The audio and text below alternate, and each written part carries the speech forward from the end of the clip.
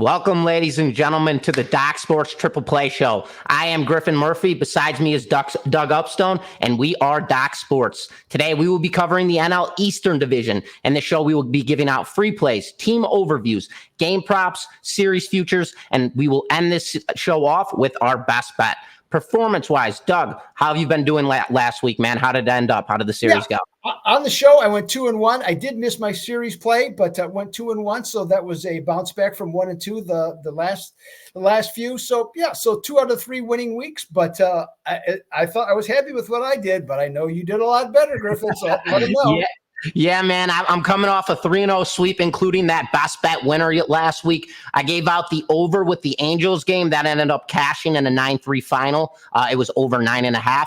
I had the Houston to beat the Brewers. They ended up winning that game. And then I had the Royals versus the Atheltics under 8.5 runs. That total landed on 8. So we cashed a 3-0 record rolling into that, Doug. So 2-1, 3-0, 5-1 to cash the weekend. Not a bad weekend. But jumping right into this, we've got the NL East. And I'm going to start right off with the Braves and they're rolling into Pittsburgh to play the Pirates. And I want to talk a little bit about this Atlanta team right now. They're 29-18 on the season. They're playing very strong baseball. They have regressed, though, as of late, going 5-5 in their last 10 games. But this is supernatural for any team. This is like a Fibonacci retracement in my eyes. What goes up must come down, and what goes down must come up. This is the same type of sequence. Atlanta just came simply into a regression phase. When you have a lineup, though, that you have your leadoff man, Acuna, who can do it all from swinging the bat, swiping bags, hitting the long ball, and gunslinging from the outfield. I mean, this guy does it all. Then you follow up with Albies. He's an absolute stud. You've got Ozuna hitting the absolute cover off of the baseball. Matt Olson and Austin Riley, who's actually hurt today, but this guy hits bombs and this guy's in the rotation at all times in the lineup. They have, in my eyes, one of the best offensive lineups in all of baseball. They are the most potent team in baseball in my eyes, and they play very well together. Atlanta, they're right now third in the MLB when it comes to runs against on the defensive side. And this is without Spencer Strider, their ace pitcher. So going over that offense already, then you go to the defensive side of the things. Third in runs allowed per game. I mean, how much better can you ask for a team? Atlanta right now, they're kind of put in a really, really heavily utilized position here. They're a run line team in the upcoming wagers in my eyes, because here's their next few series. They have to deal with Pittsburgh, nothing dealing with them, Washington, and then followed by Oakland. Those are 3 series that are upcoming that they have coming up next. Atlanta should take 2 of 3 games in each of those series. So I will be looking at them as a run line team and looking for those opportunities coming into these next 3 series with Atlanta in my overview. Atlanta as well, 2 of their those series are going to be at home at Truist Park. They're 16-8 at home this season, playing very good baseball. I really like the position this team's in right now. They should go 7-3 in their next 10 games in my eyes. I think that would be a pretty basic flat line for them, considering the competition they have to deal with. And, of course, now that I have some traction chasing Philadelphia down, who's leading the NL East right now. So, for me, I think this is a very big state for Atlanta. I think they have to play very good baseball right now. They have a very good opportunity to do so with the competition they have coming up fourth. So, I like the way that Atlanta is playing right now. Doug, what are your thoughts going on Atlanta right now? Yeah, you mentioned about going up and down, and they certainly did, especially in their offense. I mean, for the first month of the season, they were the best offense in baseball, scoring almost 6 runs per game. And then the next 30 days, they averaged 3 runs per game or just over, which was the worst in baseball. But, they started to look better against the Cubs. Okay. They started, and not the Cubs pitching is great, but still they started to do something. So I agree with you. I think they're a play on team. Obviously they're going to get hit with, some big money line numbers. So if you're going to play them, I agree. I think you're going to have to go a run line on this one, Griffin. I like it, Doug. That's where I'm at with it, man. I think there's a lot more value. There's a lot more opportunity. Looking at this team, obviously not every single game, don't run line them, but look for those opportunities within their next 3 series, and that's the way that I would play it to get some plus value in that action. But let's shift on gears here, Doug. We've got the New York Mets going into a 3-game set against the Giants. What are your thoughts right now with this New York Mets team and the way they've been playing? I mean, right now, they're 2-8 in their last 10 games. They've dropped 3 straight matchups. Is this team going going to recover? Or are we going to see another 2023 season here in your eyes, Doug? Well, I'll tell you what, not optimistic at this point. I mean, they just got swept by Cleveland, okay, Yeah. and it wasn't pretty. The road trip, a doleful 2-6. Now they're back home, but they're in fourth place in the division, so things in the cement jungle right now are not looking too good. Starting pitching just doesn't keep them in games. Okay, that's a big part of the problem. Griffin, 24th in ERA with starting pitchers, and the downfall of that is the number of walks that they give up. These starting pitchers, they're 29th in walks. So when you have an offense that's only scoring 4.3 runs per game, it's not going to work out if your pitching is not doing that well. And the other disappointing, let's face it, star power, Francisco Lindor, Peter Alonso, and starting outfielder Brandon Nimmo, they're all batting 236 or less. Right. So this is a dull team to watch. It's the 8th best team to bet against right now.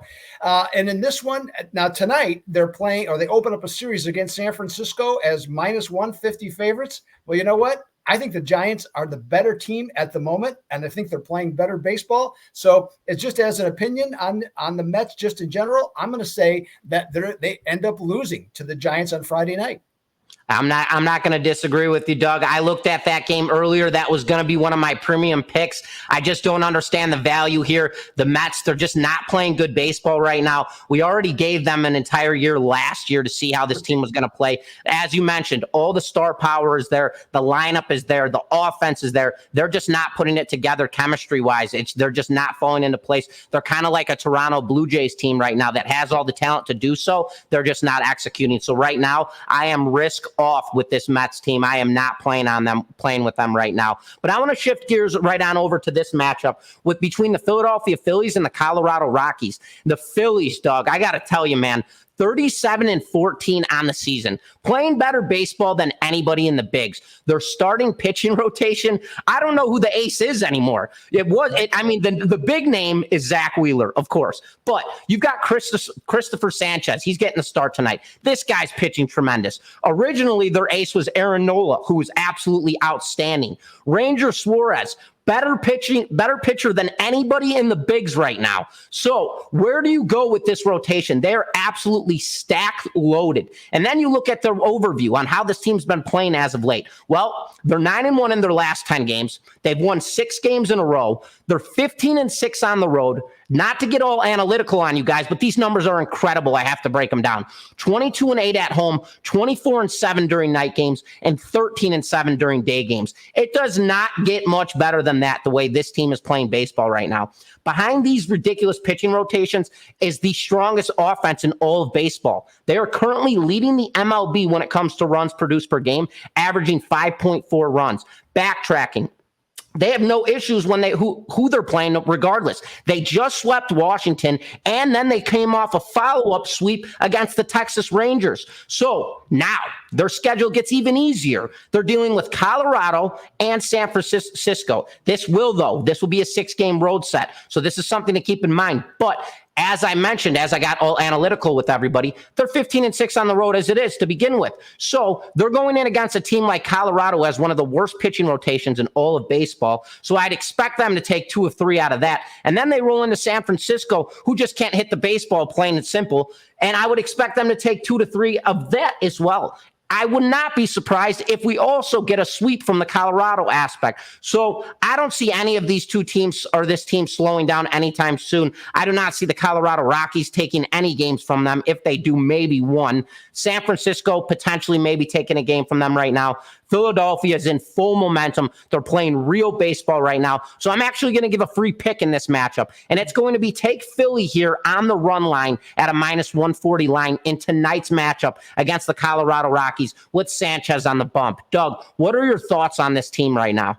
I tell you, you know what must be nice is, and right now, and any one of us in our business, how'd you like to wake up every morning pretty much knowing you're going to win?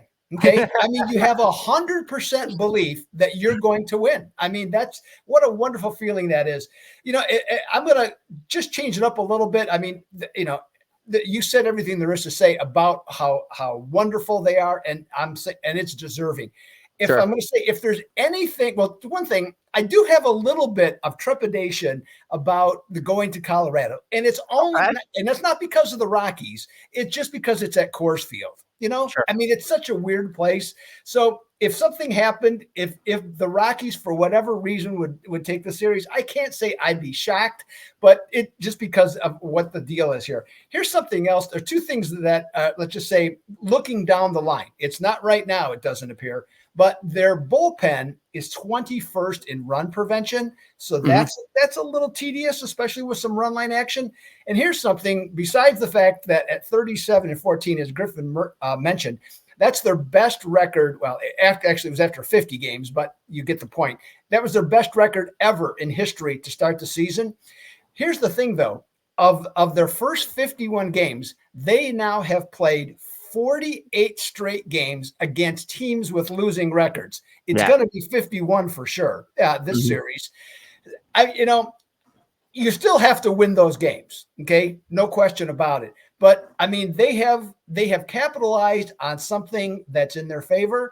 Good for them. Okay. I hope they keep it going. They're a wonderful team to watch. They can score runs in so many different ways. And as you mentioned, pitching is just freaking lights out. I mean, the Phillies are a wonderful team, and I'm with you all the way, man. These guys are just bad dudes right now. They're a powerhouse team, man, and there's nobody jumping in front of this team. I mean, even the Dodgers come to mind. The Braves come to mind. I mean, there's absolutely nobody in my mind right now that could stop this team. I love the way they're playing. But I want to shift on gears over into this matchup, Doug. We've got Seattle heading into Washington for a 3-game set. This is Seattle's third consecutive road series after dealing with Baltimore for 3 games and then the Yankees for 4 games.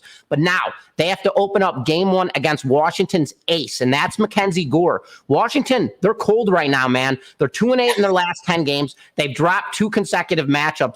Doug, what are your thoughts here on Washington? Seattle, they can't necessarily score any runs. Washington actually does a good job on the pitching side. Their pitching rotation isn't bad this season, and they have random offensive breakouts. What are you seeing right now out of this team? Yeah, I mean, I think we're both in agreement here. They had a surprising start to the season, being above 500. But as you mentioned, the 2-8 skid has changed things around on this one. And the problem is not so much the pitching, as you mentioned. I mean, because in those last 10 games, only twice did they give up more than 4 runs. So that kept the team in the game. The real issue is the offense. Now, in that 8-game streak, and with the 2 with victories, they scored 6 runs and 10 runs. In the other 8 games, they scored a grand total of 14 runs and were blanked 3 different times. Ouch. The fact of the matter is, when you look at their lineup and you literally start going through the names, okay, even you and I are not impressed, okay, just by going by the names. I mean, there's just nobody there to fear. And if we don't fear them, the opposing pitcher is not going to fear them. And so then, so Seattle, good, potential situation maybe for them, maybe to win 1, maybe 2 games. But guess what? After that, they hit the road. They're going to Atlanta and Cleveland.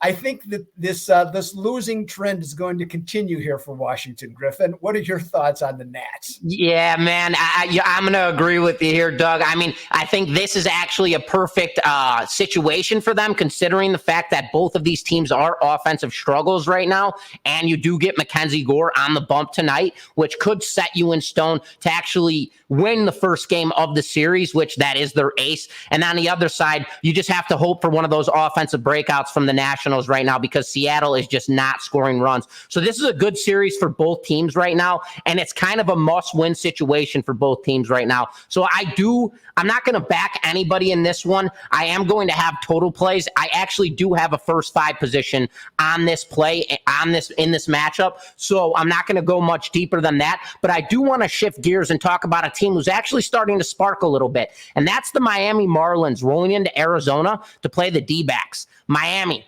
finally reaching a little bit of a turning point, 7-3 in their last 10 games, and now winning 3 consecutive series. Miami is so far beneath their actual potential as a team in my eyes. They have all the star power to do it. Obviously, Avisail Garcia, I'm saying his name wrong, is hurt right now, and that's kind of been detrimental to their offense. But, I mean, you've got to look at it. You've got Jazz Chisholm, you've got LaCruz, you've got Bell, you've got Berger, you've got Sanchez, and you've got Tim Anderson. I mean, these are all very solid ball players, and they're just failing to produce runs, and that's been the issue. And on top of that, their pitching rotation has been an issue, although Luzardo last night coming off a phenomenal outing. This team has all the star power in my eyes, and they could start excelling right now. Going back to April, they were 7-20. Now they're playing 500 baseball at 10-10 in May. So we may see a little bit of a turning point, but they have some very competitive games coming up right now in the near future. They're on a 6-game road trip. First, it starts with the D-backs. Then they have to head to San Diego to play the Padres. So it's been trouble here. We know the pitching rotation. Luzardo's been brutal all season long, finally coming off a stellar outing. Braxton Garrett, he's back in the rotation. This guy is a very good pitcher when he's locked in. He had a good season last season, and I'm hoping now that he's already got his bad start out of the way. He's had, I believe, 1 start, maybe 2 starts this season, and he's got like a 10-point-something ERA, which is ridiculous. But this guy has really nasty stuff when he's locked in. So if these two, Luzardo and Braxton Garrett, can get it together, well, this team could be in better shape. Without Alcantara, who is their absolute stud, this guy, a tall right-handed throwing guy, throws a 100-mile-an-hour fastball. He's out for 60 days on the DL. And Edward Cabrera, who's also a very good pitcher, who's also on the DL. They're banged up, man. They're dealing with some injuries right now. So this is a risk-off team for me right now. I would keep my eyes on this Miami Marlins team just for the next 2 series. They're not somebody I would wager on a side. I'd look for them more so on a totals type of sequence to see how they sustain.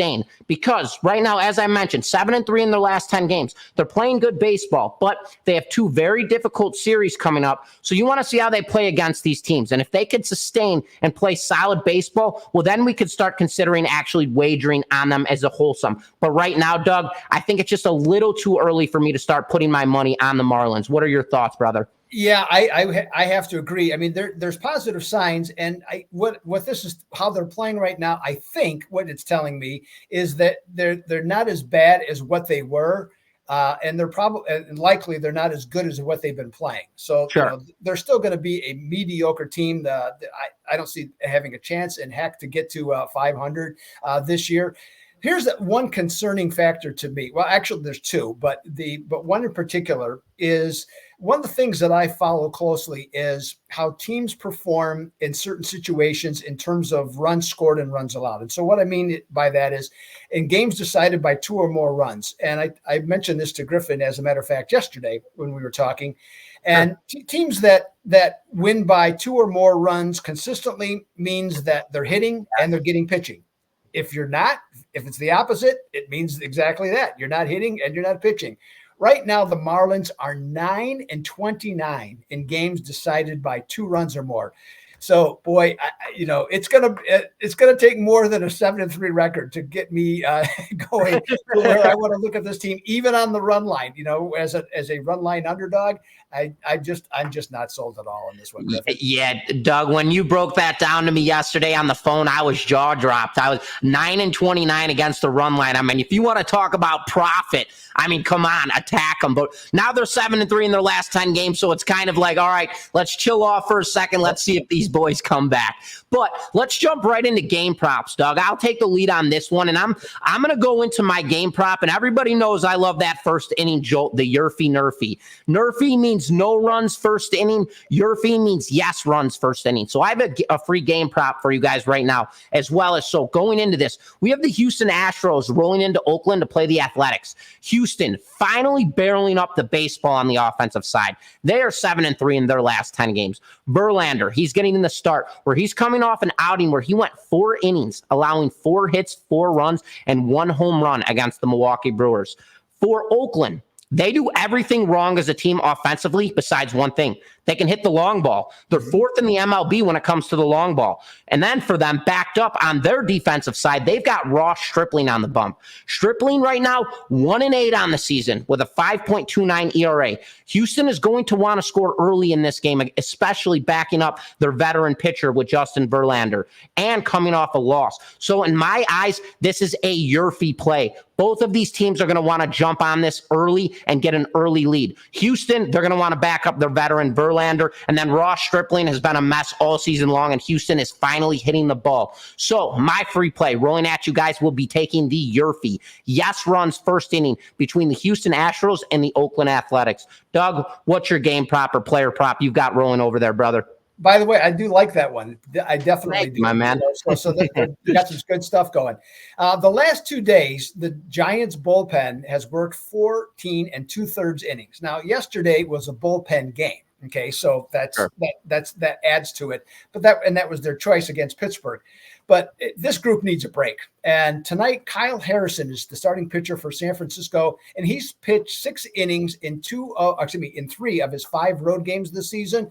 And I think he'll almost definitely do the same thing tonight. The Mets are a run-of-the-mill team in terms of when they face left-handed pitching, 7th in runs scored. The Giants' offense has heated up nicely in winning 6 out of 7, averaging 7.7 runs per game. That's what that Pittsburgh pitching will do for you.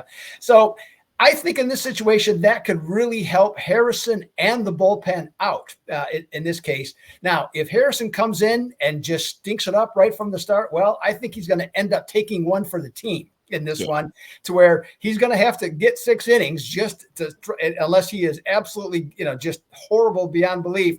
Either way, Griffin, I like him to go over 15.5 outs tonight against the New York Mets. I like it. You guys got it.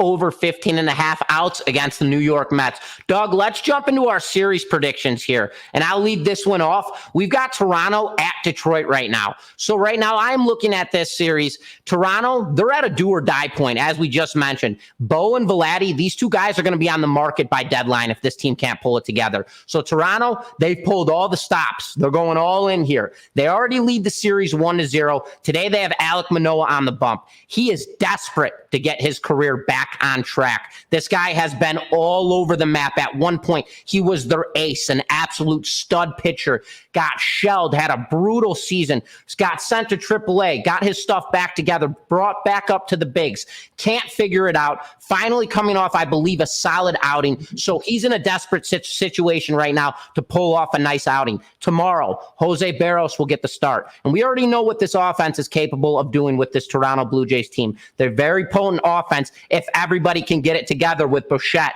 Kiermaier, Vladdy. I mean, the list goes on. Springer. They have everybody to do it. So we've got Jose Barros on the bump tomorrow. Then Sunday, Kikuchi's on the bump.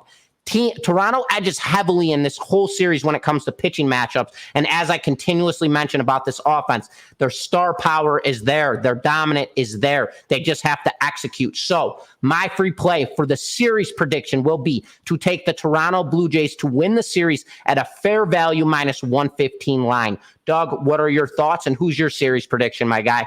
Well, last week I took the Twins as an underdog, and guess what? They got swept. So happens. So that wasn't too good. So I'm going back to favorites, okay? On this one. All right, so that was enough of that from last week.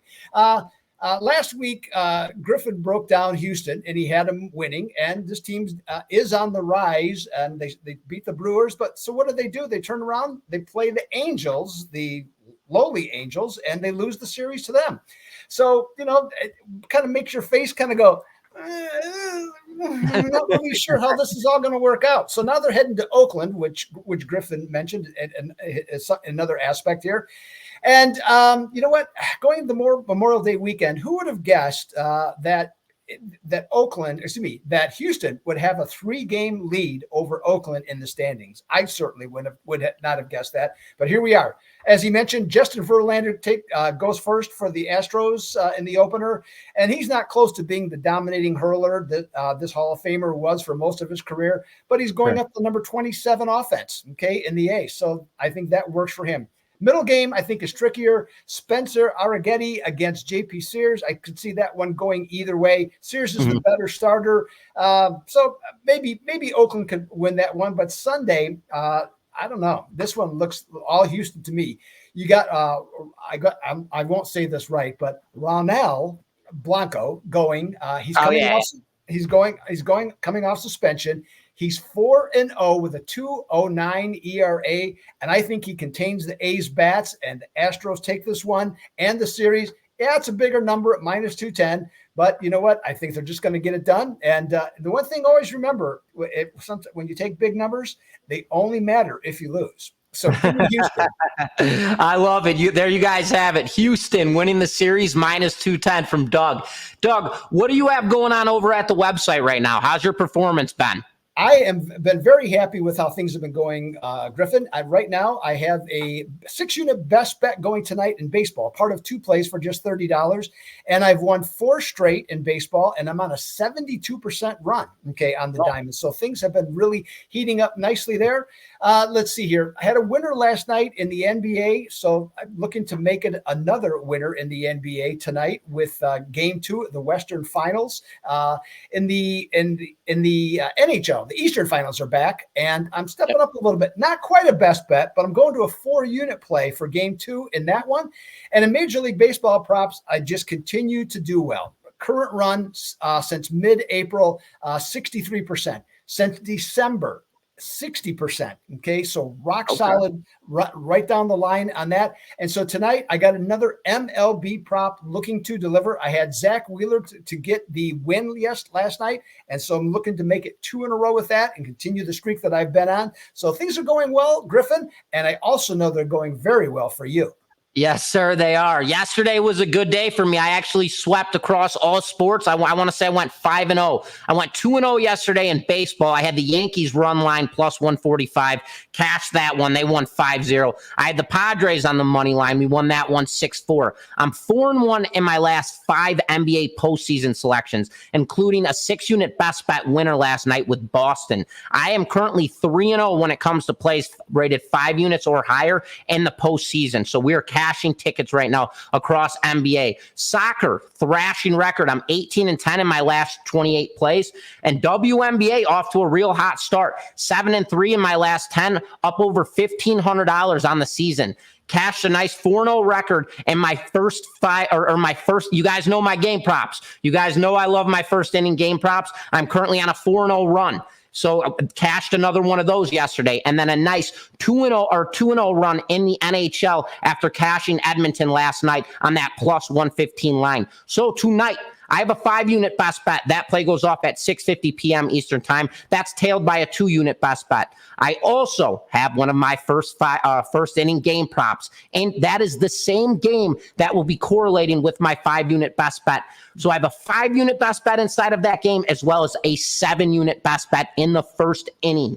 Crushed my NBA 6-unit best bet last night, as I mentioned. So I'm going to protect half risk here tonight and go 3 units on my play on the NBA slate. Just one game tonight, so I've got a 3-unit play there. And then NHL, we have cashed 2 consecutive 3-unit best bets. So we're going to protect profit again once tonight, and we're going to go with a 3-unit best bet to try and make it 3 in a row. So we're either up $300 or we're up $900. So it's a win-win situation either way. So that's what I've got going on at the site. That is my overview. Let's jump right into our best bets, and then we'll get out of here, Doug. Who do you got rolling in for your best bet for the week?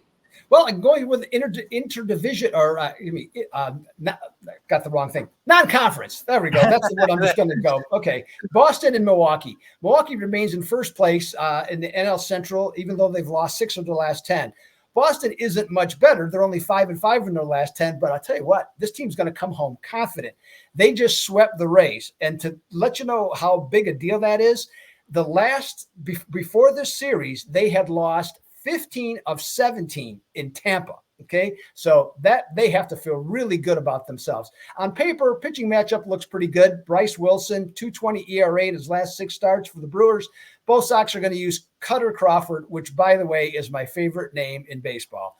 Cutter for a pitcher. Come on, let's go. 2-2, 2.17 ERA.